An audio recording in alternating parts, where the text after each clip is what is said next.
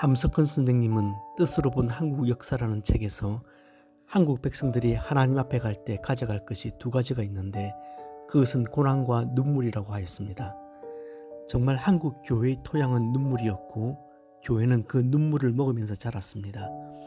그러니까 불과 얼마 전까지만 해도 한국 교회의 이미지는 한마디로 애통하는 공동체였습니다. 우리 신앙의 선배들은 눈만 감았다 하면 울었습니다. 자기 죄를 놓고 통곡했고 예수 안 믿는 식구들을 위해서 가슴을 찢었으며 나라의 죄를 짊어지고 하나님 앞에서 눈이 붓도록 울었습니다. 아침 햇살이 떠오를 땐 새벽 기도를 마치고 떠난 마루 곳곳에 영롱한 이슬 방울들이 맺혀 있는 것을 발견하는 것 그다지 어렵지 않았습니다. 이렇게 눈물 흘렸기 때문에 울어보지 않은 사람은 절대 맛볼 수 없는 하나님의 위로가 그들 머리 위로 강수같이 흘러 넘쳤습니다. 어쩌면 그 재미로 더 울었는지도 모르겠습니다. 물론 우는 것이 기독교의 본질은 아닙니다. 늘 찡그린 상을 한 사람보다는 아무래도 웃음 가득한 사람이 보기에도 좋고 다가가기에도 부담이 없죠. 웃는 얼굴에 침 못 뱉고 웃어야 복이 옵니다. 한번 웃는 것이 보약 10첩보다 낫다고 말하잖아요. 자문에도 즐거운 마음은 약처럼 좋다고 말하지 않습니까? 그렇지만 마른 눈을 가진 신자들이 모이는 교회보다 젖은 눈을 가진 성도들이 모이는 교회가 훨씬 더 은혜의 세계를 깊이 알죠.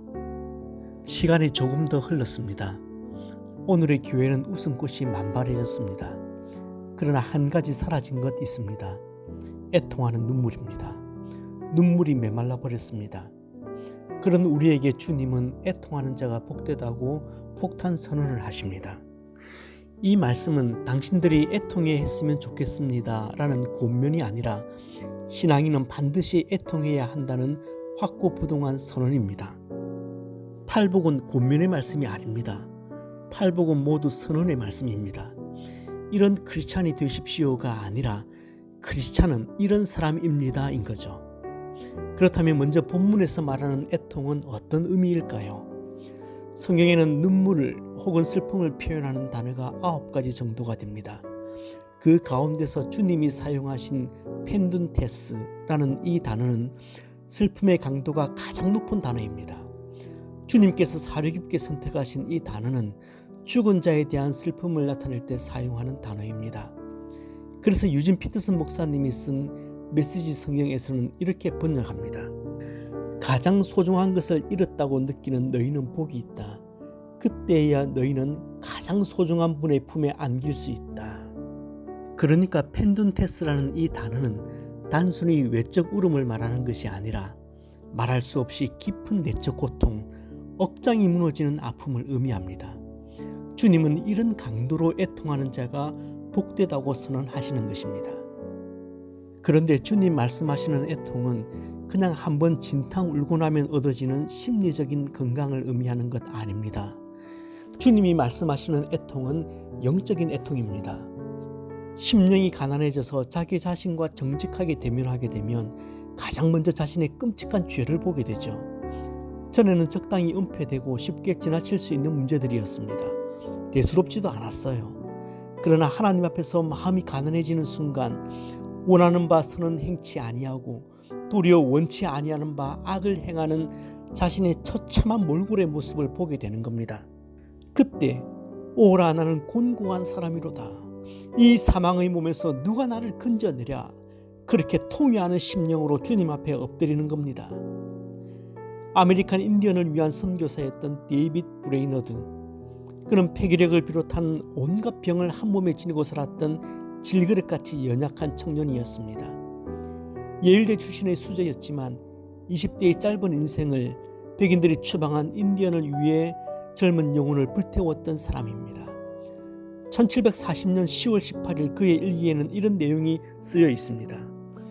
나의 아침 기도 시간에 나는 나의 영혼이 녹아내리는 것을 느꼈다.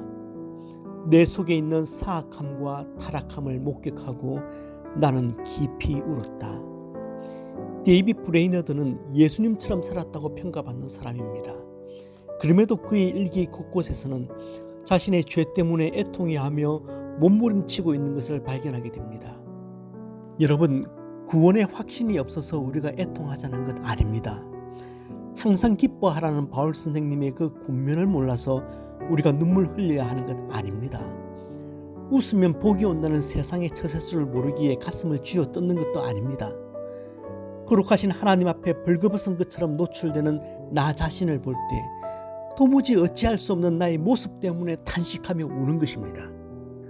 수십 년이 지났지만 여전히 제 기억의 저장고에 들어있는 연극이 하나 있습니다. 배경은 21세기의 도시였습니다. 그러나 상황은 성경과 동일했어요.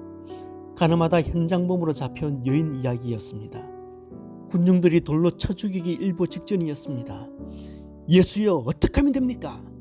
그때 예수께서 아무 말씀 안 하시고 몸을 굽히고 앉아 무엇인가를 쓰셨습니다. 그리고 말씀하십니다. 너희 중에 죄 없는 자가 이 여인을 돌로 쳐라.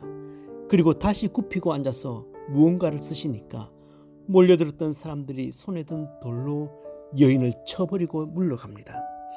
반전이었죠. 우리가 삿대질을 해대는 바리새인과 서기관들은 최소한 자신들이 죄인이라는 사실은 알고 있었습니다.